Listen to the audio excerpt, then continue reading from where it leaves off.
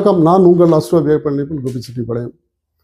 ஜோதிடத்தில் ஒரு தவறான கருத்துக்கள் இருக்குங்க. மூல நட்சத்திரம் மாமனாருக்கு ஆகாது, ஆயில் நட்சத்திரம் மாமியாருக்கு ஆகாது, விசாகம் சகோதரருக்கு ஆகாது, ரோஹிணி நட்சத்திரம் தாய்மானருக்கு ஆகாது, இதெல்லாம் சொல்கிறாங்க.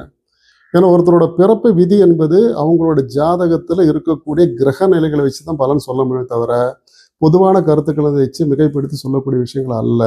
பண்டைய காலத்தை சொல்லக்கூடிய விஷயங்களை தவறாக புரிந்து கொண்ட காரணத்தால் சொல்லப்பட்ட வழக்கம் என்னன்னா தவறாக புரிஞ்சுக்கிட்டாங்க. இன்னைக்கு கிராமப்புறம்லாம் பார்த்தீங்கன்னா 3 லட்சத்துக்கு பிறந்தா ஐயோ 3 லட்சத்துக்கு பிறந்துட்டாங்களா, மாமனார் வீட்டில் தான் இல்லாத வீட்டில் தான் பொண்ணு கொடுக்கணும் அப்படிம்பாங்க. ஆயில் நட்சத்திரம் பிறந்துட்டாங்களா, ஐயோ மாமியார் இல்லாத வீட்டு தான் பொண்ணு கொடுக்கணும் அப்படிம்பாங்க. குறைகளை வீட்டில் கொடுக்கணும் அப்படியெல்லாம் எந்த ஜோதிட சித்தாந்தத்திலையும் எந்த ஜோதிட நூலையும் போட்ட சரித்திரமே கிடையாதுங்க. இதெல்லாம் நம்மளே கிரியேட் பண்ணுது. சொல்லக்கூடிய விஷயங்களை தவறாக புரிஞ்சுக்கிட்டோம். புலிப்பாணிங்கிற சித்தருங்க பண்டைய காலத்தில் என்ன சொல்லியிருக்காரு அப்படின்னா, மூலம் அதாவது மூல நட்சத்திரத்தை பற்றி ஒரு விளக்கம் பாடல் கொடுத்துருப்பாங்க. ஆணி மூலமாம் அது அரசாளுமாம், பின் மூலமாம் அது நிர்மூலம் சொல்லியிருக்காரு. அதை நம்ம தப்பாக புரிஞ்சுக்கிட்டு ஆண் மூலம் அரசாளு, பெண் மூலம் நிர்மூலம், மாமனாருக்கு மொட்டையை சொல்லிட்டோம். ஏன்னா பண்டைய காலத்திலாம் பார்த்தீங்கன்னா மூல நட்சத்திரம் அதாவது ஒரு நட்சத்திரத்தில் பிறக்கும் பொழுது அந்த மூல நட்சத்திரம் குருவோட வீடு கேதுவோட சாரம் ஆகியிருக்கும். அப்போ இங்கே அதிமேதையவேக திகழ்வாங்க, நல்ல புத்திசாலியாக இருப்பாங்க. இந்த ஒரு காரணத்தை தான் அந்த மாதிரி சொல்லியிருக்காங்க. ஆணி மூலம் அரசாளுன்னு சொல்லுவாங்க. பண்டைய காலத்துலாம் பார்த்தீங்கன்னா ராஜா காலத்துக்கு ராஜாவுக்கு அறிவுரை வழங்கக்கூடிய சக்தி யாருக்கு இருக்குன்னா அந்த மூல நட்சத்திரம் பிறந்தவங்களுக்கு தான் இருக்குது. அப்போ அவங்க என்னென்ன பயிற்சி கொடுத்து அவங்கள ஒரு மந்திரி பிரதானே மாற்றிடுவாங்க.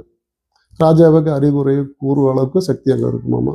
அதேமாதிரி ஆயில் நட்சத்திரங்க மாமியாருக்கு அது எல்லாம் கட்டுக்கை தான். ஆயிலுங்கிறது என்னென்னா கடகம்னா நண்டு பிடிச்சி தன்னோட கணவனுக்கு தேவையான பணிவிடைகள் செய்வாங்களாமா.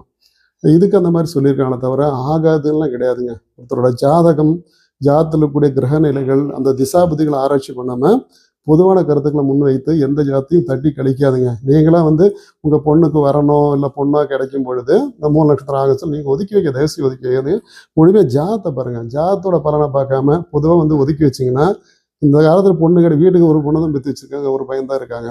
இப்படி ஒவ்வொன்றா தட்டி கழிச்சிங்கன்னா எப்படி மேரேஜ் நடக்கும்? அதனால் அந்த எக்காரணத்தை கொண்டும் தவறான கருத்துக்களை நீங்கள் பார்க்காம பொதுவாக நம்ம ஜாதகத்தை பாருங்கள். நன்றி வணக்கம். மீண்டும் அடுத்த பதிவில் சந்திப்போம். நன்றி வணக்கம். என்னோட பேஜை லைக் பண்ணுங்கள், ஷேர் பண்ணுங்கள். நன்றி வணக்கங்க.